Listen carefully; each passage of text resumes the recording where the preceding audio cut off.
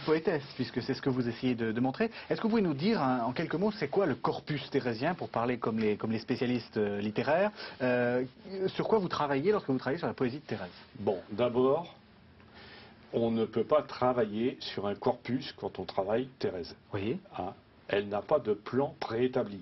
Oui, elle n'a pas fait sortir de livre, il n'y a pas des plaquettes poétiques de Thérèse. On va commencer. Pour comprendre la poésie de Thérèse, il faut savoir comment elle a composé et pourquoi elle a composé ses poésies. Bon. Et d'abord, pour qui? Thérèse n'a jamais écrit de poème spontanément dans les premières années. Pratiquement les 4/5 de ses poèmes ont été écrits sur commande et sur demande. Et sœur Agnès, dont je me souviens maintenant le nom, c'est-à-dire la prieure, c'est-à-dire Pauline, lui a commandé, de la même façon qu'elle lui a commandé d'écrire le manuscrit A sur l'invitation de Marie, c'est-à-dire Marie du Sacré-Cœur, c'est-à-dire la deuxième sœur, tous les poèmes de Thérèse ont été écrits quand on les lui a demandé. Alors ça veut dire que le corpus, il est immense. Vous avez des sœurs qui lui demandent des compliments, comme le compliment à la prieure. Elles étaient 3 pour présenter le compliment. Vous avez des sœurs qui lui demandent des poèmes sur l'atome du Sacré-Cœur. L'atome, Thérèse ne sait absolument pas ce que c'est qu'un atome, mais elle a fait des recherches, et puis elle écrit sur l'Eucharistie, et elle écrit sur l'atome du Sacré-Cœur. Il y a des poèmes sur la Vierge Marie. Celui-là est spontané. C'est peut-être l'un des plus beaux qu'elle ait écrit. C'est Pourquoi je t'aime, ô Marie. C'est le dernier, c'est juste avant de mourir, c'est-à-dire en 1896 ou 1897, ça m'étonne. Ça devait plutôt être 1896. Donc, quand on a compris que ces sources d'inspiration ne peuvent être qu'immenses, parce que ce n'est pas elle qui décide d'écrire des poèmes, ce sont ses commanditaires. Donc, si elle écrit sur commande, on peut lui demander ce qu'on veut. D'accord. Parce qu'on avait déjà reconnu un talent poétique chez elle. Alors, bon, là c'est pareil, il faut être très prudent. Thérèse n'a pas de vocation poétique. Qu'est-ce que ça veut dire? Thérèse a une vocation de carmélite et elle est devenue poétesse parce qu'on le lui a demandé. Ça, on a du mal à comprendre ça. Oui, on n'est pas du tout dans ce... On est toujours dans l'image, la poésie qui vient... Quand on lit la vie de Mallarmé, quand on lit la vie de Rimbaud, justement, prenons Rimbaud, je crois que c'est l'exemple même du poète tel qu'on se le figure d'habitude. Quand on prend Rimbaud, on sait que Rimbaud, tout petit, voulait être poète. Bon, il y a quelques jours, la télévision, je crois que c'est Antenne 2, a passé un très beau téléfilm sur, je crois qu'elle s'appelait Pape Carpentier, c'est-à-dire celle qui a inventé, pourrait-on dire, l'école maternelle. Eh bien, elle aussi voulait être poétesse. Et dès son plus jeune âge, quand on demandait à Thérèse ce qu'elle voulait faire, elle répondait « je serai religieuse » et n'a jamais dit « je serai poétesse ». Donc elle n'a pas la vocation de la poésie. En revanche, est-ce qu'on peut dire que c'est une poétesse d'occasion? Elle a le don de poésie. Ah, d'accord. Ce qui n'est pas tout à fait la même chose. C'est-à-dire que, et justement, sa poésie, elle ne le fait pas pour se faire plaisir, mais plutôt pour faire plaisir. Et c'est ce que dit Marie, d'ailleurs, entre parenthèses, à Mère Agnès. Elle lui dit, pourquoi acceptez-vous que Thérèse écrive des poésies pour faire plaisir, et pourquoi ne lui demandez-vous pas, justement, d'écrire son autobiographie pour les mêmes raisons, c'est-à-dire pour faire plaisir à la communauté. Donc Thérèse est un écrivain, je dirais pas un écrivain d'occasion, parce qu'il y a quelque chose qui me gêne dans le mot occasion. Mais je dirais que Thérèse n'a pas vocation d'écrivain, mais elle est écrivain, et entre autres, elle est poète. Et on parlait de corpus tout à l'heure. Ben moi je dirais que dans le corpus de sa poésie, outre les 54 poèmes et les 7 poésies supplémentaires, il faudrait ajouter des passages très poétiques comme le manuscrit C, qui est de toute beauté, certains passages du manuscrit A, certains passages du manuscrit B, et des prières, son théâtre, oui. Le théâtre au Carmel, oui. Et des prières que tout le monde, enfin, que beaucoup connaissent, notamment celle qu'on appelle PRI6, c'est-à-dire la prière numéro 6, oui.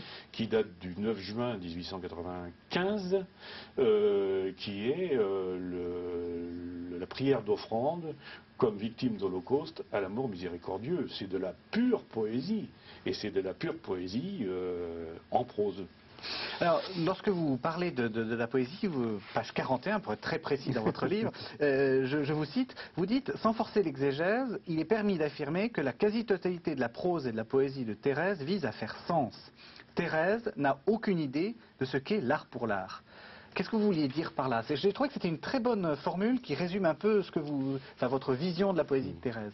Expliquez-la nous un peu. Disons que depuis que la poésie existe, on s'est posé la question, est-ce qu'il faut composer des poèmes pour le plaisir, c'est-à-dire pour le plaisir de fabriquer des poèmes, ou est-ce que le poème doit avoir du sens et surtout une fonction? Bon.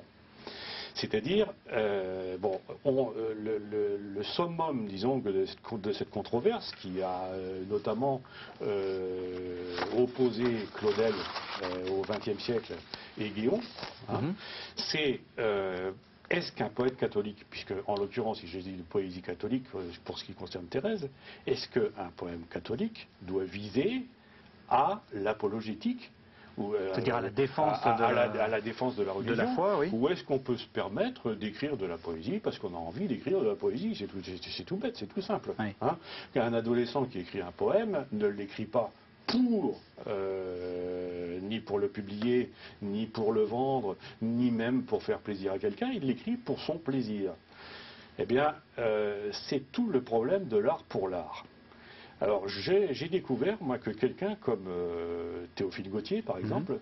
Donc, un poète du milieu du 19e siècle. Du milieu du 19e siècle. Qui était ami de Flaubert, si je me rappelle bien. Je ne sais pas, j'en sais rien, parce qu'il faut savoir que, quand même, il faut se rendre compte que Thérèse est entrée au Carmel à 15 ans. Et un Carmel n'est pas une université, et un Carmel n'est même pas, d'ailleurs, un lycée. Donc, je ne suis absolument pas certain que Thérèse... se poser le genre de questions que je me pose, c'est-à-dire l'art pour l'art, certainement pas. Oui. Bon. Mais Théophile Gautier prenait l'exemple de la maison. Et il disait, dans une maison, à quoi sert une maison? Est-ce qu'une maison, c'est fait pour faire beau? Ou est-ce qu'une maison, ça a une utilité? Est-ce que... et il répondait par cette boutade, qui est un peu grivoise, mais... La seule pièce véritablement utile de la maison, ce sont les latrines. Alors, le problème, quand on a justement... je pensais à un autre exemple pour bien expliquer ce que c'est que l'art pour l'art. Quand on achète un fauteuil Louis XV, on a plusieurs raisons d'acheter un fauteuil Louis XV. Bon, on peut acheter le fauteuil Louis XV parce qu'on y est bien assis, donc ça, c'est pour l'utilité. Ou bien on peut acheter un fauteuil Louis XV uniquement parce que c'est un fauteuil Louis XV, parce qu'on aime le Louis XV. Donc il n'a plus sa fonction de fauteuil, mais il aura sa fonction d'objet artistique. Oui. Et vous pensez que la poésie de Thérèse, justement, elle est faite pour démontrer quelque chose? C'est obligatoirement... Non, pas toutes. Pas tous les poèmes ne sont pas faits pour démontrer quelque chose. Certains sont, mais ils ont toute une fonction qui est une fonction altruiste. Même un compliment.